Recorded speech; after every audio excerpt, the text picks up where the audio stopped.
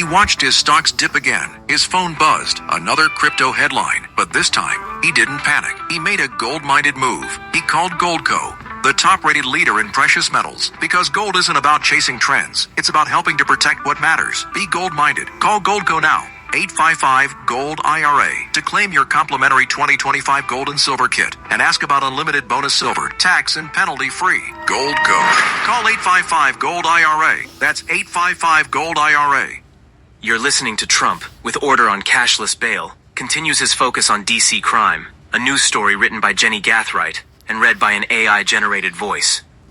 President Donald Trump, in a pair of executive orders Monday, threatened to withhold federal funding from D.C. if it does not reinstate cash bail, and ordered various federal agencies to enhance their focus on safety in the district, continuing the president's focus on crime and exerting control over the nation's capital. The order targets the city's long-standing policy of holding people in jail based on the seriousness of the alleged crime, and not on their ability to pay bail, a system D.C. established during the 1990s, and has maintained through various spikes and falls in crime. Trump's executive order on cashless bail came during the third week of an unprecedented flex of executive authority in D.C., during which Trump has ordered National Guard troops to patrol the city, increased federal law enforcement across neighborhoods, and invoked a law that allows him to seize temporary control of the city's local police department. Because the federal government has unique power in D.C., the prospect of withholding federal approvals could be particularly damaging to city goals.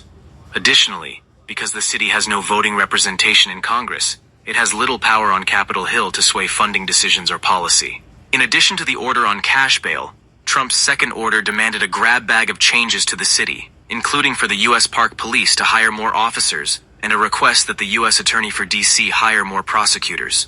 Trump also demanded that the U.S. Secretary of Defense immediately create a specialized unit within the D.C. National Guard that is dedicated to public safety and order in the district. The president directed the U.S. Secretary of Housing and Urban Development to investigate crime prevention and safety in D.C.'s public housing, asked the U.S. Secretary of Transportation to look into safety for transit workers, and told Attorney General Pam Bondi to review D.C. police policies, and asked that Bowser make updates and modifications necessary to address the crime emergency and ensure public order and safety. In response to questions about how ending cashless bail would make D.C. safer, White House Assistant Press Secretary Taylor Rogers said in a statement that anyone with common sense knows that releasing dangerous criminals back on the streets after they commit a violent crime is a bad idea. The left can continue to coddle criminals, but under President Trump's direction, there will be a price to pay for heinous crimes committed such as murder, sexual assault, and armed robbery. It was unclear Monday who would pay to implement the executive orders. The White House did not immediately respond to an inquiry about the source of funds or an estimated cost. Mayor Muriel E. Bowser, Democrat, has said in the past that the city is short on police and has argued for more prosecution of crimes. At a news conference Monday, she declined to comment on Trump's executive orders until, she said, she's had a chance to read them. D.C. Attorney General Brian L. Schwalb, in a statement called the Order on Cashless Bail, blatant federal overreach. This executive order disregards effective data-driven policies purely for political purposes, something every American should be alarmed by, Schwalb said. Public safety and justice are enhanced when local governments can exercise local control. A spokesperson for Schwalb declined to comment on whether the city would have legal grounds to sue. The president cast his order on cash bail as an extension of his current laser focus on D.C. crime, which he said has been out of control despite police data showing that most categories of crime have fallen for the past 2 years. His executive order says the city's prohibition on cash bail is leaving criminals free to endanger American citizens visiting our nation's capital, federal workers discharging their duties to our nation, and citizens of the District of Columbia trying to live their lives safely. D.C. officials and criminal justice reform advocates, however, argue that ending D.C.'s cashless bail policy would be counterproductive. Tracy Velasquez, policy director at the Council for Court Excellence, said she worried reinstating cash bail would make the city less safe, particularly given how even short stints in jail can be extremely destabilizing. If more people end up at the jail, then their life will be interrupted because they'll be unable to necessarily keep a job and meet their family requirements, she said. D.C. Council member Brooke Pinto, D. Ward 2, who chairs the Committee on Public Safety, said in a written statement that pre-trial release decisions should be based on whether a person poses a safety risk to the community, not whether or not they can afford to post bail. She added that the president's order was overly broad and extreme. D.C.'s system of cashless bail dates to 1992, when the council passed a bill that aimed to be tougher on crime by holding more people in jail as they awaited trial for violent offenses. As part of the law, DC virtually did away with money bail. There was a realization that the ability to have cash to get out of jail did not correlate with the public's safety, said DC Council Chairman Phil Mendelson, Democrat. To go back to money bail is actually less safe, because the criterion for release is the ability to pay, rather than a judge looking at whether the suspect is a risk of flight or danger to public safety. The results of the 1992 law have made the city's pretrial system somewhat of a model among criminal justice reform advocates. Most people in DC are released ahead of their trials, and the vast majority still show up to court and do not reoffend while they are on pretrial release, according to DC's Pretrial Services Agency. According to the agency, 87% of defendants in DC Superior Court cases were released before trial in fiscal 2024, and 89% of those people have not been rearrested. Nationally, 87% of people released before trial were rearrested while on release, the agency said.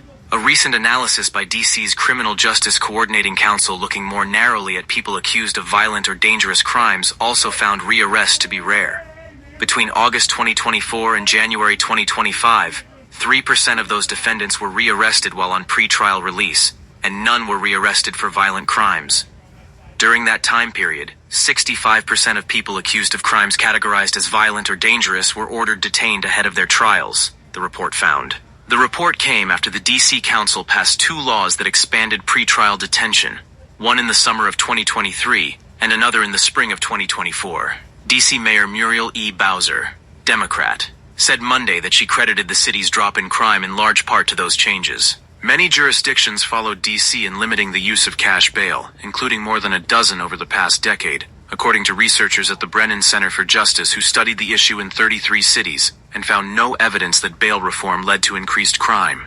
An analysis of DC data done by the Council for Court Excellence in 2024 found that over the previous decade, 99% of people released while awaiting trial for a violent crime did not reoffend. Reinstating a system of cash bail in DC would have a particularly profound impact on Black people, who are disproportionately detained before trial, said Rena Karefa Johnson, Vice President of National Initiatives at FWD.US, which aims to reform criminal justice systems to reduce mass incarceration. Cash bail, she said, perpetuates a 2-tiered system in which the rich can afford to pay money to get out of jail time and people from marginalized communities have to experience another tier of justice. Karefa Johnson pointed to the recent finding that the rate of deaths in DC's jail far outpaces the national average, meaning that an increase in pretrial detention for legally innocent people would mean subjecting them to an extremely deadly environment based on an accusation. Mendelson said he has little appetite to change DC's cash bail policy. I don't know why we would want to make the city less safe, he said. Councilmember Charles Allen, D Ward 6, said he also sees no reason to change the law. If it's not this threat, it's just going to be something else, Allen said. This is the only speed they seem to know, is to just threaten and bully and weaponize. We've got to decide where's our line in the sand. Neither Mendelson nor Allen were aware of specific lines of funding or specific types of approvals the Trump administration planned to threaten, they said. DC was not the only jurisdiction Trump targeted with an executive order on cash bail. He also on Monday directed agencies to look nationwide and identify federal funds to suspend or terminate in jurisdictions with cashless bail. But Allen said these kind of threats mean even more for DC, because I don't have 2 senators that are going to go to bat for us. That's not true for every other state. Emily Davies contributed to this report.